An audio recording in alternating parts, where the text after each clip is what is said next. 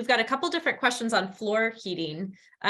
We have one guest who has geothermal and floor heating, wondering if heat pumps work with that. Someone else who has a different kind of floor heating.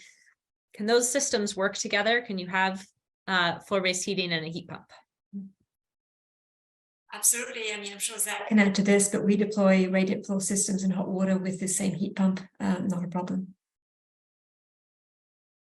There are incredible heat pumps for radiant floor heating systems.